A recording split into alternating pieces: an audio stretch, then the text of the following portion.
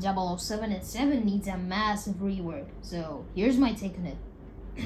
Sorry, just had to do the catchphrase.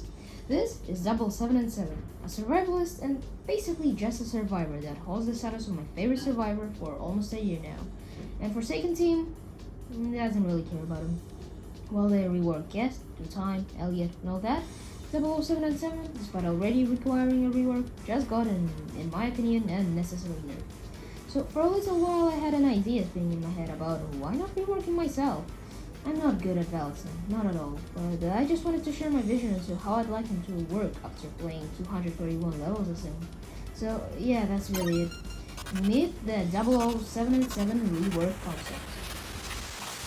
Well, as you can probably see, I added his horn-rimmed glasses. That's the name of original glasses that 7 and 7 wore. You're welcome, cosplayers. Because I just don't get it how they're only in milestones. Well, let's move on to the abilities. I didn't really change it that much, since I think it's overall perfect, but there's two major changes I did since, again, why not? If this will ever make it to the game somehow, I'm sure it will be made sure to be balanced. So first, I really liked how around a year ago you could use item slots teleporting. Why did they remove it? It's not like it's so unfair and unbalanced. You can still hit him anyway while he's teleporting. Second major change is cancel. Basically, cancels the Kuji UI forward rotation by pressing the same button you choose Kuji UI again. The cancellation lasts about a second and you can move while cancels. I think it adds well to his trickery purpose that got outdated. And god, do you know how many times I pressed TP only to notice a medkit or a bloxicle lying in front of my face? Not able to pick it up and have to run all the way back. It was annoying. Well, the clone will be affected by inject, but with the default aimless, we'll just wander around. The change I've made is that he'll be highlighted to everyone, like to all survivors, to not mislead the newbies into healing or protecting him. And one of the newer Here comes the fun and outdated part about 7 and 7. You see, 7 and 7 should play my games with the killer, and since Forsaken been around for almost 2 years now, it's easy to tell who's the real one. So I introduced a more tricky yet probably balanced inject. First, the changes. Cursor will last 8 seconds instead of 5, because why the hell? I mean, I know, play is intended, but dude, we can't. No one falls for clones anymore, and body blocking was one of the only things that made 7 and 7 fun. Pathfind will last 12 seconds instead of 10, and every 2 to 3 seconds we'll start walking instead of sprinting for like 1 to 2 seconds. I didn't change anything for aimless, so let's get over to 2 new modes. Imitate, a 4th inject for 7 and 7. Revolving around your useless team. Pretty relatable, right? So, an imitator clone will last 20 seconds. Please, don't raise your pitchforks at me. If I did any more less, he'd just die before action. So, apparently, imitates survivor movement, mostly stamina management. While 60 stats away from the killer, acts just like Pathfind, and his main path is towards the killer. When entering below 60 stats range, he starts walking, not sprinting, in random directions, like a normal survivor will do whilst observing the killer. And when the killer runs towards him, he starts sprinting away, managing stamina in the process. Can take only one hit, doesn't trigger the kill animation. Pretty balanced, right?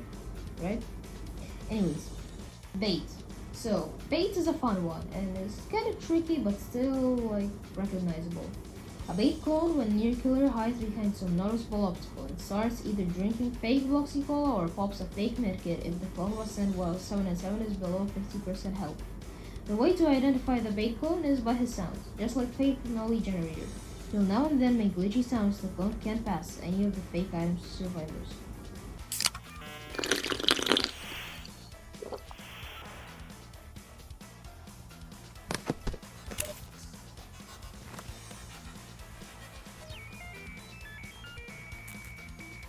I also forgot to mention that the clone can take 2 hits until dying, with a 50-50 chance of triggering the kill animation or not.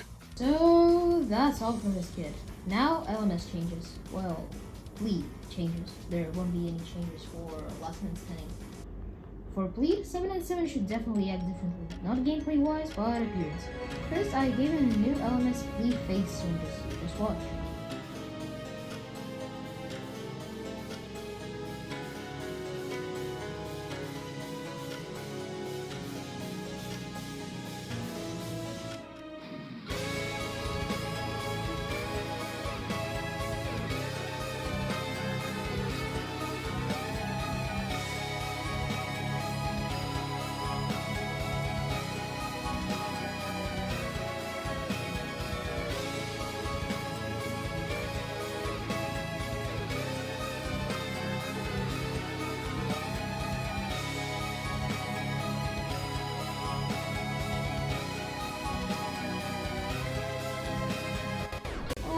know they're kind of corny, but I tried my best. And also it'll feature these animations that were confirmed to be official but not added yet.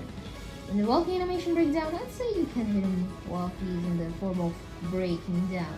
The last second, because imagine you want to clutch with a phone on your shoe, but your character just freezes and Kuka just swings by and winds you. Seems frustrating. So that's all I made for this rework. I really hope that they will rework him in a good way instead of dumping him more, and make a big rework like guessing 2-time God. Thanks for watching this video. Leave your thoughts and suggestions into what rework you'd like to see. I'll catch you next time. See ya!